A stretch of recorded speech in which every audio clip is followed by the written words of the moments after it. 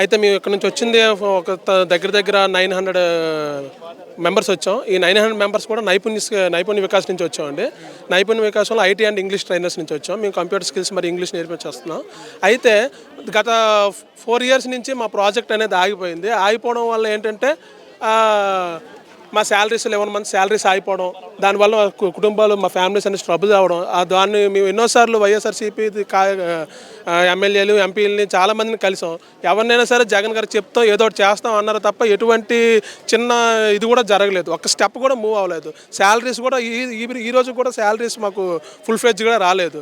కాబట్టి ఈసారి మన నారా లోకేష్ గారు, మన చంద్రబాబు నాయుడు గారు ప్రత్యేకించి ప్రజా దర్బార్ పెట్టి ప్రజా సమస్యల గురించి మాట్లాడడం కోసం ఈ ప్రజా దర్బార్ను పెట్టి ప్రజా సమస్యలను వెలుగు తీయడం కోసం ప్రయత్నిస్తున్నారు.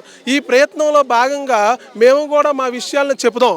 చంద్రబాబు నాయుడు గారికి, నారా లోకేష్ గారికి ఈ విషయాన్ని తెలియజేసి ప్రజలు మా సమస్యను వాళ్ళ వరకు తీసుకెళ్తే ఈసారైనా సరే మా సమస్య మాకు పరిష్కారం జరుగుతుందని ఎంతో ఆశతో ఈ ప్రజా దర్బార్కి వచ్చాం. మాకు 99.100% కూడా ఈ ప్రజా దర్బార్లో న్యాయం జరుగుతుందనే వచ్చాం. ఈరోజు 900 మెంబర్స్ వచ్చామంటే కేవలం చంద్రబాబు నాయుడు గారు, నారా లోకేష్ గారు, మన పవన్ కళ్యాణ్ గారి సపోర్ట్ ద్వారానే వచ్చాం. ఆ రోజుల్లో చంద్రబాబు నాయుడు గారి అండర్లోనే మాకు ఈ జాబ్స్ అనేవి వేశారండి. కాకపోతే జగన్ ప్రభుత్వం వచ్చిన తర్వాత జాబ్స్ని ఆపేయడం, మా శాలరీస్ ఆగిపోవడం, తర్వాత మమ్మల్ని అసలు ఎటువంటి కాంటాక్ట్ లేకుండా, స్కూల్కి ఎటువంటి కాంటాక్ట్ లేకుండా దూరం చేసేయడం జరిగింది. తర్వాత ఈ 900 కుటుంబాలు కూడా వీధిన పడిపోయి వాటిని మళ్ళీ చంద్రబాబు నాయుడు గారు, లోకేష్ గారు మళ్ళీ పైకి తీసుకొచ్చి ఈ ట్రైబుల్ ఆశ్రమం స్కూల్స్, వెల్ఫేర్ స్కూల్స్ ఏవైతే ఉన్నాయో అవన్నిటిని మళ్ళీ ఇంప్రూవ్మెంట్ చేసి ఆ కంప్యూటర్ తాలూకా స్కిల్స్ని కానీ, ఇంగ్లీష్ స్కిల్స్ని కానీ మళ్ళీ డెవలప్మెంట్ చేస్తారని మనస్ఫూర్తిగా కోరుకుంటున్నాను. జగన్మోహన్ రెడ్డి గారి సమస్యలు మీరు పోరాడారు కదా, ఆయన ఏమైనా చూసారా? మిమ్మల్ని కనీసం పిలిచడం కానీ మీ సమస్యల గురించి కానీ ఏమైనా పోరాడగలరా? జగన్మోహన్ దగ్గర గారికి మేము ఒక్కసారి కూడా కలిస్తే ఆయన వినడానికి అవకాశం ఉందేమో. అసలు ఆయన కిందన ఉన్న నేతలు కానీ, ఆయన కిందన ఉన్న ఎమ్మెల్యేలు కానీ, ఆయన కానీ మా సమస్యలను ఏ రోజు పెద్దగా తీసుకోలేదు. ఏదో ఉన్నారు, యువతని పెద్దగా పట్టించుకోకుండా వాళ్ళ ప్రయాసాలకు వాళ్ళు ఏదో చేసుకుంటూ పోయారే కానీ ఒక నైపుణ్య వికాసం ఇంప్రూవ్మెంట్ చేద్దాం, లేకపోతే ట్రైబల్ ఆశ్రమం స్కూల్స్లో పిల్లల్ని ఇంప్రూవ్మెంట్ చేద్దాం, వాళ్ళకి మంచి కంప్యూటర్ స్కిల్స్ నేర్పిద్దాం, ఇంగ్లీష్ స్కిల్స్ నేర్పిద్దాం, వాళ్ళని ఇంగ్లీష్ మీడియం స్కూల్స్తో పాటు మనం ముందుకు తీసుకెళ్దాం అనే ఒక ఆలోచనలు కూడా పర్ఫెక్ట్గా చేయలేదండి. ఏదో ఇంగ్లీష్ మీడియం స్కూల్స్ పెట్టారంటే అది మున్సిపల్ స్కూల్స్కి అక్కడికక్కడ పరిమితమైంది కానీ ట్రైబల్ ఆశ్రమం, సోషల్ వెల్ఫేర్ స్కూల్స్ వరకు అంత పూర్తిగా రాలేదు. రాకపోవడం వల్ల ఏంటైందంటే పిల్లలు ఈరోజు కూడా బయటకు వచ్చి ట్రైబల్ స్కూల్స్లో ఉండే పిల్లలు కూడా బయటకు వచ్చి ఇంగ్లీష్ మాట్లాడడానికి ఇబ్బందులు పడుతున్నారు. అయితే ఆ టైంలోని మాలాంటి లైఫ్ స్కిల్స్, మాలాంటి ఐటీ ట్రైనర్స్ వల్ల పిల్లలు అంతో ఇంతో ఇంప్రూవ్మెంట్ అయ్యే చాలా వరకు 90% కూడా వాళ్ళు ఇంగ్లీష్లో మాట్లాడడానికి కానీ, కంప్యూటర్ మీద కూర్చొని ఆ కంప్యూటర్ వర్క్ చేయడానికి కానీ వాళ్ళకి ఒక అవకాశాన్ని ఇచ్చిన చంద్రబాబు నాయుడు గారు ఈరోజు జగన్ ప్రభుత్వంలో మేము ఆగిపోవడం, మళ్ళీ చంద్రబాబు నాయుడు ప్రభుత్వంలో పైకి వస్తాం నాకు ఆశతోనే ఈరోజు మేము ఇక్కడికి వచ్చామండి. జగన్మోహన్ రెడ్డి గారి పరిపాలన 5 ఏళ్ళలో మీకు ఎటువంటి యూజ్ లేదా? యూజ్ లేదు అంటే యూజ్ ఉన్న వాళ్ళకి యూజ్ ఉందండి, మాలాంటి వాళ్ళకి లేకుండా పోయిందండి. కారణం ఏంటంటే మేము ఎడ్యుకేషన్ డిపార్ట్మెంట్ మొత్తం స్పాయిల్ అయిపోయిందండి ఇతను దీంట్లో మట్టుకన్నా. ఎందుకంటే ముఖ్యంగా ఎంతసేపు రాజకీయాలు, వ్యవసాయం, ఈ డబ్బులు ఇచ్చాం ఆ డబ్బులు ఇచ్చాం అనే విధంగా కానీ నిరుద్యోగులకు ఎటువంటి ఉద్యోగం ఇచ్చే స్తోమత లేకుండా పోయింది ఒకటి. రెండోది ఒక నైపుణ్య స్కిల్స్ కానీ ఇంప్రూవ్మెంట్స్ ఏం చేద్దాం, పిల్లలకు రేపు మంచి భవిష్యత్తుని ఇద్దాం అనే ఆలోచన లేకుండా పోయింది. ఆ దారుణం వల్ల చాలామంది చాలా ఇబ్బందులు పడ్డారు. ఆయన ప్రభుత్వంలో అయితే జరిగింది ఒకటే అన్యాయం తప్ప ఎటువంటి న్యాయం ప్రజలకు పెద్దగా జరగలేదు. మరి ఈ ప్రభుత్వం మీ సమస్యలను పోరాడుతుందా? 99% కాదండి, 100% చెప్తున్నాను. పవన్ కళ్యాణ్ గారు, మేమందరం యూత్ మేమందరం ఒకటే మాట చెప్తున్నాం. పవన్ కళ్యాణ్ గారు, నారా చంద్రబాబు నాయుడు గారు, మన మోదీ గారు ముగ్గురు కలిసి మన రాష్ట్రాన్ని ఒక ఉన్నతమైన స్థితిలో, మన దేశాన్ని ఒక ఉన్నతమైన స్థితిలో తీసుకెళ్దామని ఒక నిర్ణయం తీసుకొని, ఒక గట్టి నిర్ణయంతో ఈ కూటమిని ఏర్పాటు చేసుకొని ఈరోజు ఒక ఉన్నతమైన స్థాయిలో మంచి సీట్లతో ఒక గొప్ప స్థాయిలో ఉన్నారు. అలాంటిది ఈ ప్రభుత్వం ప్రతి ఒక్క పని అంతే దృష్టితో చేస్తుందని మేము 100% కూడా నమ్ముతున్నాం అండి. మేమందరం కూడాను నైపుణ్య వికాసం అనే ప్రాజెక్టులో పనిచేస్తున్న ట్రైనర్స్ అండి. ముందుగా గవర్నమెంట్ని ఏర్పాటు చేసినటువంటి చంద్రబాబు నాయుడు గారికి, అదేవిధంగా పవన్ కళ్యాణ్ గారికి, అదేవిధంగా లోకేష్ గారు తదితర అందరికి కూడాను శుభాకాంక్షలు తెలియజేస్తున్నామండి. మేము తెచ్చుకున్న గవర్నమెంట్ అండి ఇది.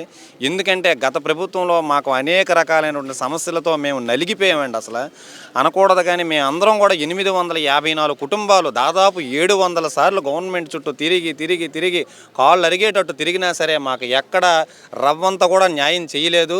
చేస్తాము మీకు జీతాలు ఇస్తామని చెప్పి తిప్పడమే తప్పించి ఏ రోజు కూడా మాకు న్యాయం అనేది జరగలేదు.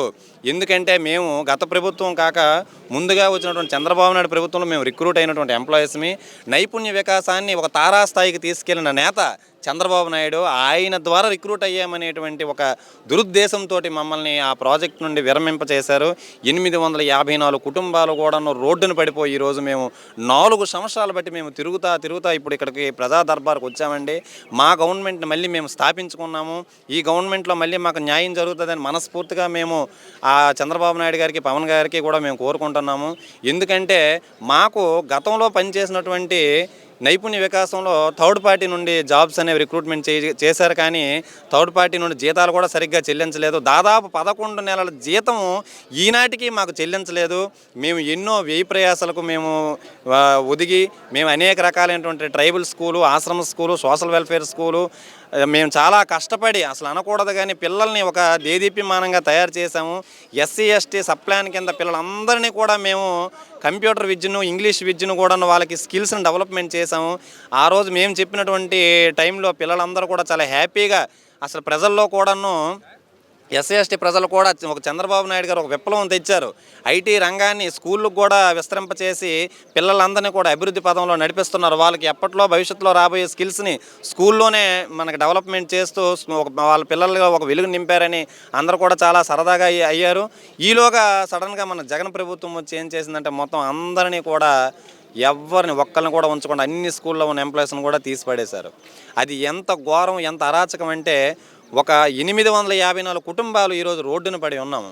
కావున దయచేసి మేము గవర్నమెంట్కి ఏంటి వినియోగించుకుంటున్నామంటే మా జీవితాల్లో వెలుగు నింపిన చంద్రబాబు నాయుడు గారిని మళ్ళీ మా జీవితాల్లో వెలుగు నింపి మా 854 కుటుంబాలకి మీరు చేయూతనయ్యండి, మా ఉద్యోగాలను మాకు తిరిగి కాంట్రాక్ట్ విధానంలో మమ్మల్ని చేర్చుకుంటారని, నైపుణ్య వికాసం ప్రాజెక్టులో మళ్ళీ మమ్మల్ని పునరుద్ధరింప చేస్తారని మేము ఆ యొక్క చంద్రబాబు నాయుడు గారికి డిప్యూటీ సీఎం గారైన పవన్ కళ్యాణ్ గారికి మనస్ఫూర్తిగా కోరుకుంటున్నామండి. 5 ఏళ్ళు జగన్మోహన్ రెడ్డి గారి పాలనలో మీకు ఎటువంటి యూజ్ లేదా? అసలు 5 ఏళ్ళలో ఆయన ఏ జాబ్ తీసాడనండి యూజు? ఒక డిఎస్సి తీసారా, ఒక పోలీస్ నోటిఫికేషన్ తీసారా? ఏ జాబు తీయలేదు. తీయకపోగా ఉన్న జాబులను ఓడగొట్టారండి ఆయన.